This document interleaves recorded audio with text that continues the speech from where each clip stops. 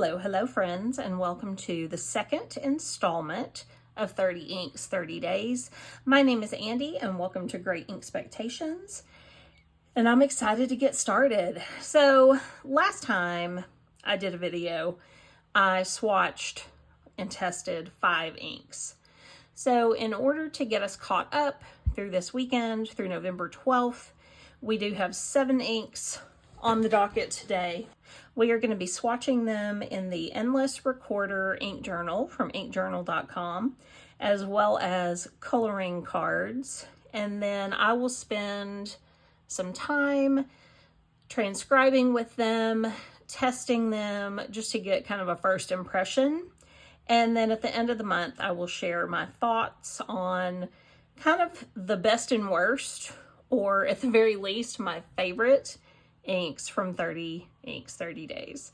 So thank you so much for taking time out to watch. I hope you will comment, subscribe, like, all the things that we do on YouTube.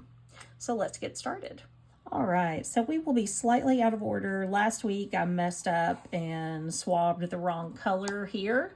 So I put down some swab paper, some swatch paper to cover that space so that we can still use it. So we're going to start with the Little Pen Designs Candy Nougat. This is the Acadia model, and it just has a number 6 medium nib.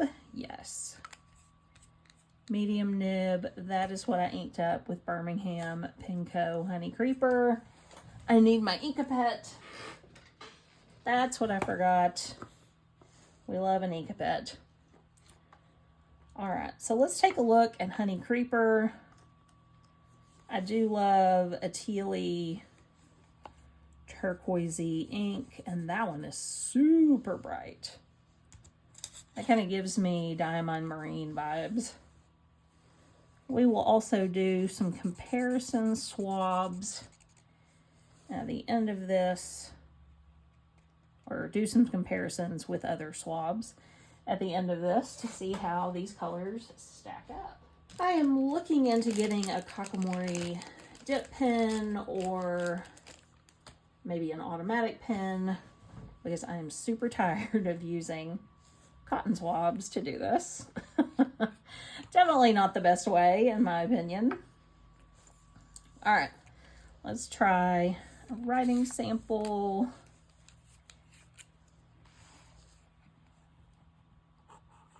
Birmingham Pen Co. The ink is Honey Creeper. Medium steel nib. And today is 11/11/23. Happy Veterans Day to anyone who is watching that is a veteran. Thank you so much for your service. And while that dries, we will write this card up.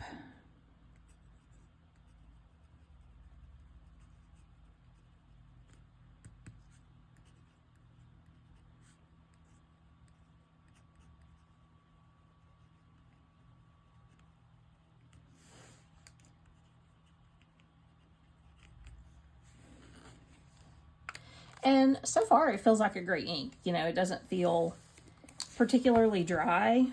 You know, it feels fairly average, well lubricated. So there we go. Birmingham Pen Co. to start us off. Next up, we have Wearingeul The Mind. And that is going into a Twsbi 580 ALR with a broad nib. Because I suspect this ink is going to be a bit dry. So I wanted to give it a fair shot. You know, like if an ink is just better suited to broad or medium nibs, why not go with it?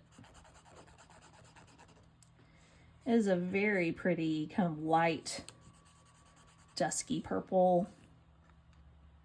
I'm getting my hands so inky, but no surprise there, I suppose.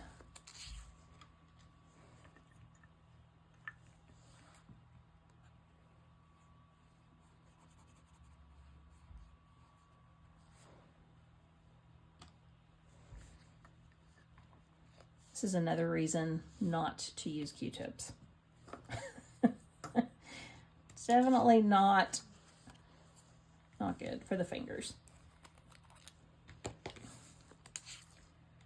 All right, so let's go ahead. This is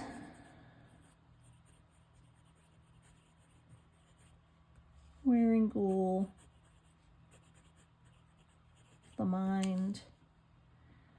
And this is a steel broad nib. I really like the way this feels so far. I thought it would feel very dry. Like there are some inks that are just noticeably very, very dry. But so far, this one feels pretty average, pretty normal.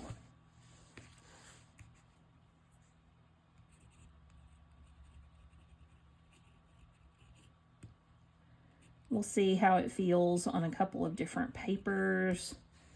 Cosmo Air Light, Tomoe River, Midori. Yeah, a beautiful color. I'm usually actually not very drawn to like these kind of washed out purple duochrome multi shaders. But this is really nice. I like it. It's showing some really nice qualities on the Regalia paper in the Endless Recorder ink journal. Looks really nice there. So that is our next ink. Moving on to the third, we have Vinta Inks Sea Kelp. And this is in a Twsbi Royal Jade with the rose gold trim. All right, so I'm really excited about Sea Kelp. I'm all about a grungy green, as you may know. So let us see what this looks like on the Regalia paper. Oh, yes. I'm a fan already. Let's see how that dries. That is awesome. And it actually looks a little better, I think, in the Twsbi than I thought it would.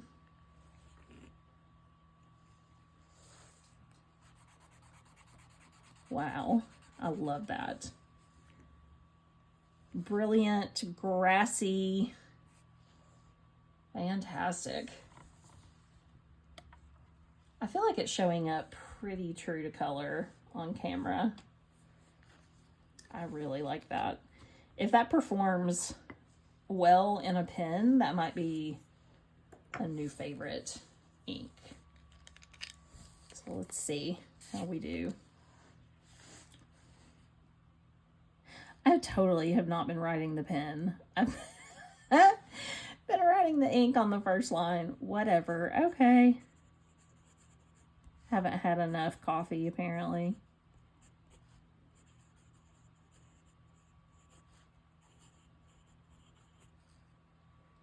That feels really nice.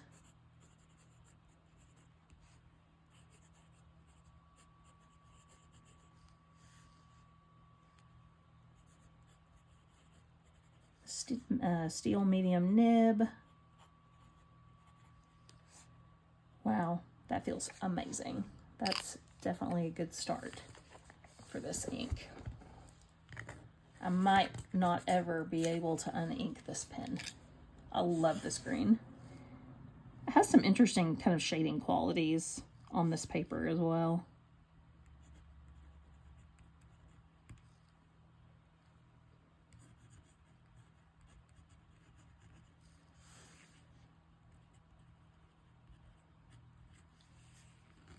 I really love that.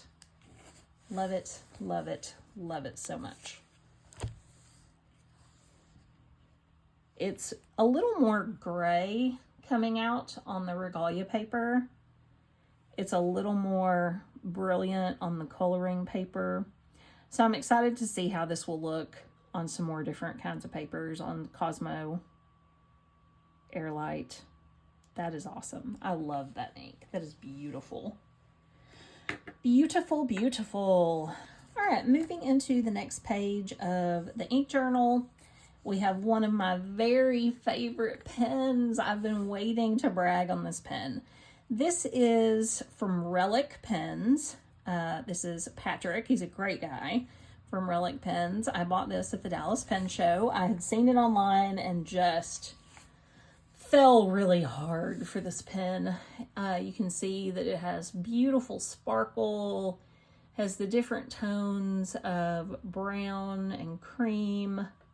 It's just so pretty. I call this the coffee pen. Patrick doesn't name his models. And so I saw a lot of people say that it looks like a root beer float. I get all of that, but I am a coffee lover, and so this is my coffee pen. So we are going with, in the coffee pen today, we have Diamine Terracotta.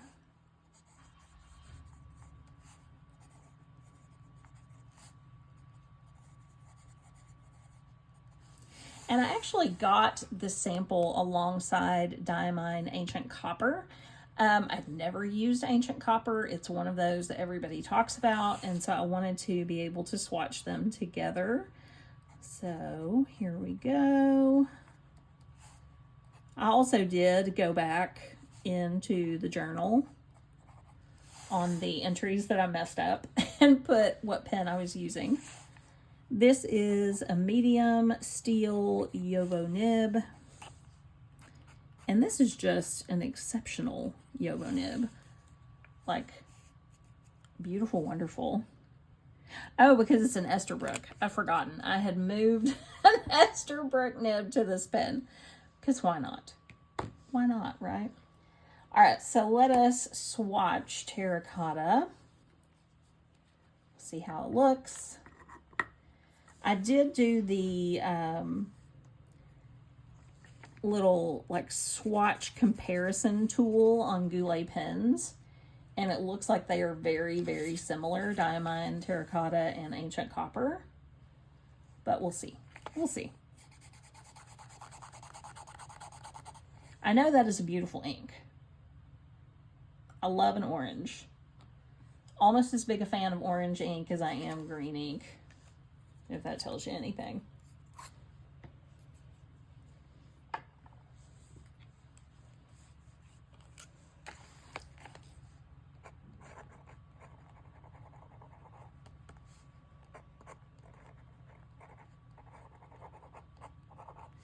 Definitely a little more dry writing on the coloring card. But I don't think that's really representative of the ink and how it would perform on the daily. Like that ink, like that pen, we'll see how it goes on some other papers and if it really writes dry or if it's just the coloring. All right, the next one up is the first ever Akkerman ink. I am trying this, I'm gonna butcher this, Scharlaken von Steen. No clue. Sorry, Akkerman. All right, so this is a really beautiful saturated red. Check it out. Wow, that is like not blood red because it doesn't have enough brown in it, but it does lean a little bit orange, I feel like. Just a little bit. I don't know, it's pretty true red. We'll see. Sort of an orange leaning red. Really pretty. I'm not complaining, I like it. I have never pulled the trigger on a Akkerman ink just because, honestly, I haven't really known a whole lot about them. And haven't really known what color I would want.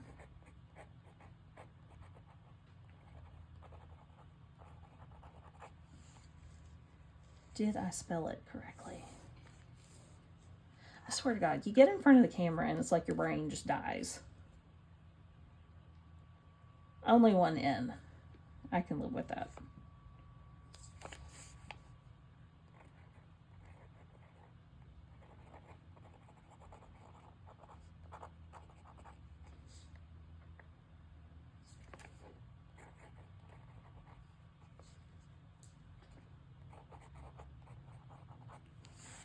And this is the Dutch Masters series. I like that. I might be willing to actually buy a bottle. We'll see if I like it that much. And we'll see if it stains my Twsbi beyond repair. This is the very first Twsbi Eco I ever owned. It's just the white demonstrator, nothing special. We're just gonna abbreviate a bit. Medium steel nib. Feels like a very lubricated ink. Very pleasant to write with. And I'll be interested to see it next to some other red inks. I don't have a ton of reds in my collection. My reds actually grew this past week when I got some new colors in. I got Dracula from Wearingeul, which is like super duper bright red. But I'll be interested to see this next to Monteverde Cherry Danish, which is the only red I've had in my collection for a very long time. All right, next up is Wearingeul White Rabbit. My friend Susie was kind enough to send me a very hefty sample of White Rabbit, so I'm super excited to see it. It's one of those colors that I feel like is intriguing, but also could be dry and miserable to use, or just incredibly light. So far, it's incredibly light. I have to really think about what I put this in, so that's why I put it in a flex nib pen. Because, look at that. It's pretty, but how do I read that with my old eyes? My old failing eyes. I don't even know. Like, I'm getting Ferris Wheel Press Cream of Earl vibes, and there was like this whole conversation on Inkdependence's live stream about how Cream of Earl is not a color and it should be called Cream of Ghost because it's just a whisper of an ink. Which made me laugh. All right, let's see how the flex nib does. I did smear a little bit, not too bad. All right. Oh, let's see.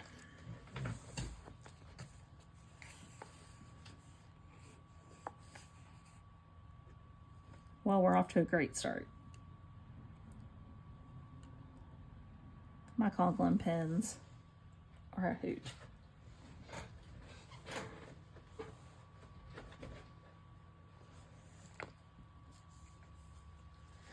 Wow, it just keeps getting better and better.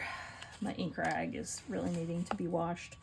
Okay, let's try in the ink journal here.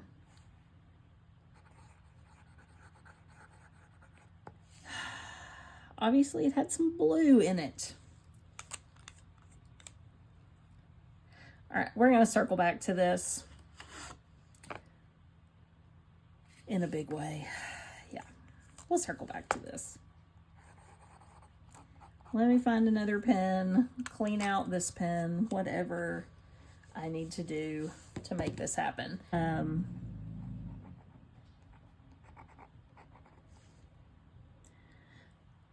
This is what hell is like, y'all. Two pens that apparently weren't cleaned out the best. All right, there was an incident.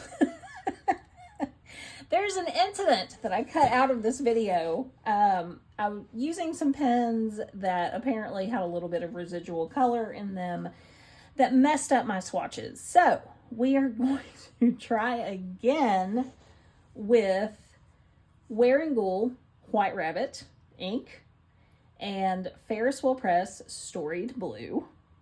I think the pens are nice and clean now, and we are all good to go. We will see. So, I'm using White Rabbit in a Conklin All-American with a flex nib, and we will see how this goes. White Rabbit looks to be a very interesting color, but possibly one that is not super legible.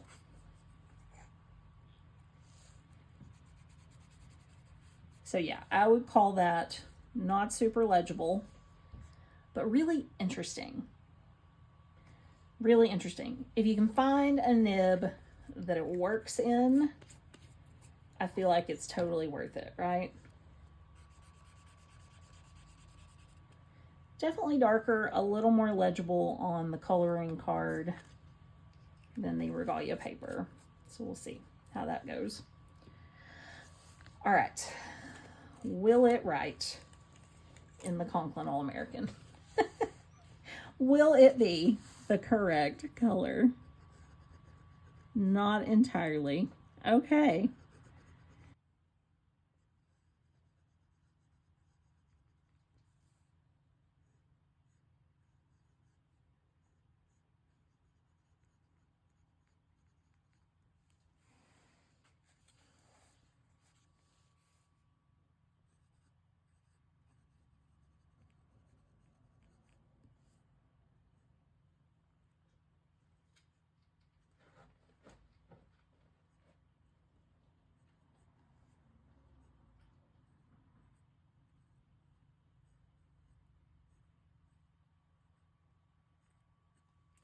It is really interesting to watch the ink in the flex nib.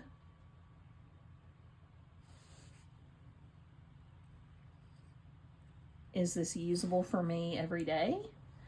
No. No. I might be able to see it in some of my wettest nibs. So I'm thinking like Pelican 205, M200, 205, maybe. And it is such an interesting ink.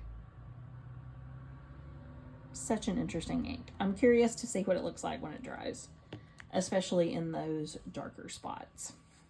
But for now, while that dries, let's move on to Ferris Wheel Press Storied Blue. This is sort of a denim blue, which I enjoy more than like a standard blue. I've said on this channel before that I feel like blue inks remind me of like the cheap pens I used in school my entire life. I'm working on a doctorate now, and I'm very glad to be using fountain pens that for the most part are not blue to do my doctorate. Makes taking notes a lot more pleasant. So yeah, I like the look of Storied Blue. We'll see how lubricated it is. Kind of how much I can get on board with it. I think it'll feel pretty decent, I hope, in this pen. This nib tends to be very wet.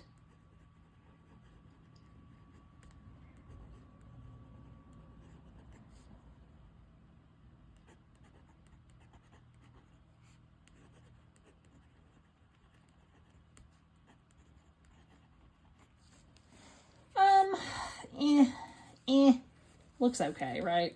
Like, we'll see.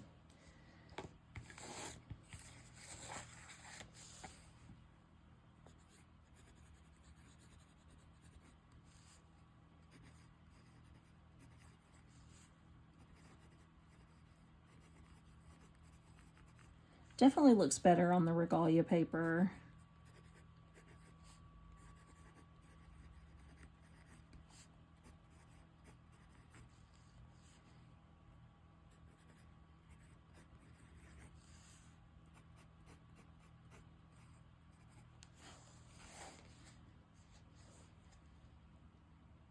Yeah, not too bad. I think it'll probably perform pretty well on Cosmo Airlight. I don't know about other papers. I feel like it would be pretty dry, like on Tomoe River. We shall see. So yeah, this video kind of went off the rails in some spots. I'm kind of a mess today. Like, I may not record any more videos today. Between drippy pens and smeared ink, it's been a bit of a trip, but that's okay. Real life here, folks, right here on YouTube. So I'm going to do some writing samples and I'll get back to you. All right, welcome back. So I took some time and did some transcriptions and some color comparisons. So I have a few thoughts on the ink before we end this video. So, Birmingham Pen Company Honey Creeper was a joy to write with. Very nicely lubricated, flowed great in a medium nib. I was even able to reverse write for a little while with this ink and nib combination. So that was wonderful. Here is Honey Creeper, here is Diamine Marine, and here is Diamine Aurora Borealis. It's definitely closely related to Diamine Marine. That is the most similar ink that I have in my collection. So if you don't have kind of a tealy turquoise like this, I would say this leans a little bit more pure turquoise rather than teal. This is definitely an ink to add to your collection. Really pleasant to write with. Wearingeul The Mind was probably one of the most surprising inks to me in this lineup. It was in a Twsbi ALR. So The Mind really was a lot more pleasant to write with than I thought it would be. It did start to kind of dry out as I went down the page. I did prime the nib at this point when I got near the bottom of the writing sample. But for the most part, it was very pleasant. It is, again, not one that I have anything like it in my collection. And I would consider adding a bottle of this to my collection. It was very pleasant to use. It's very legible. No problem. Next, we have probably my favorite ink of the bunch, and that is the Vinta Sea Kelp. Really love this ink. Loved it just as much in a pen as I did swabbing it. Some comparisons. Probably the closest thing I have to it is Ferris Wheel Press Peter Moss. Peter Moss is definitely less yellow. If we want to get a little closer to the yellow, we have Diamine Safari. Still different enough that I would want both in my collection. For comparison's sake, here's Diamine Salamander, which is definitely not yellow enough. Olivine from Monteverde gets a little bit closer, but again, just nothing really exactly like this in my collection. It was wonderful to write with. It wasn't dry in the least. It had beautiful shading, and I'm hooked. I love this ink. Then we have Diamine Terracotta. This, in my opinion, is another winner. It is lighter than some other inks like Autumn Oak, for instance. It's not lighter, it's more red. It is more red than Monteverde Pumpkin Cake. A lot redder than Robert Oster Cafe Crema. Quite a bit, I don't know, it's about the same amount of red, but maybe just a tad desaturated in comparison to Copper Noir and just a lighter color. There it is in comparison to Monteverde Sepia Joy, which is another ink I really like. So yeah, probably another ink I would consider adding to my collection. It really is beautiful when it shades. It felt great in a medium nib, and no complaints. No complaints at all about that one. Next up, we had Akkerman Scharlaken von Steen, which again, I really enjoyed, probably more than I thought I would. It only has one comparison ink in my collection. They are similar, but different enough that, again, I would consider adding this to my collection. Maybe this will be my first Akkerman ink. But great flow, wonderful in a medium nib, and beautiful shading. When I use Cherry Danish in a pen, it actually leans a little bit more orange. So this one is more of a true red. Sadly, Wearingeul White Rabbit is just not the ink for me. It is beautiful. I would use it for artwork, but I would not use it in everyday writing. You know, like juiciest nib just isn't quite juicy enough for me personally. It has some really cool shading. I would actually really like to see the chromatography on this ink, because I think we would get a good deal of gray. But out of my collection, out of the inks that I've sampled, it's probably closest to Cream of Earl, Cream of Ghost, as I mentioned earlier. So really pretty. And I think too, if you're handwriting, if you do more printing than cursive, I think you would probably like this a lot better than I do. For me, it's just not dark enough. And last, but certainly not least, we have Ferris Press Storied Blue. And I enjoyed this one well enough. It's definitely drier than most.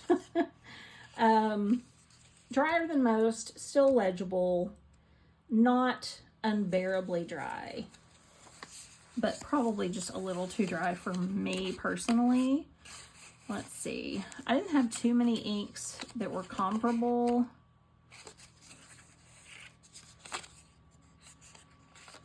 So Celadon Cat is greener, but similar-ish. Urban Verdigris kind of has some of the same qualities, but is definitely greener and darker. And then Sukio had, I don't know, it looked like it had maybe some tones in common, but now that I see it under brighter lighting, really doesn't work. So yeah, Verdigris and Celadon Cat are probably the closest things I have to that one. I probably would not purchase a bottle of it, but I will enjoy the sample for sure.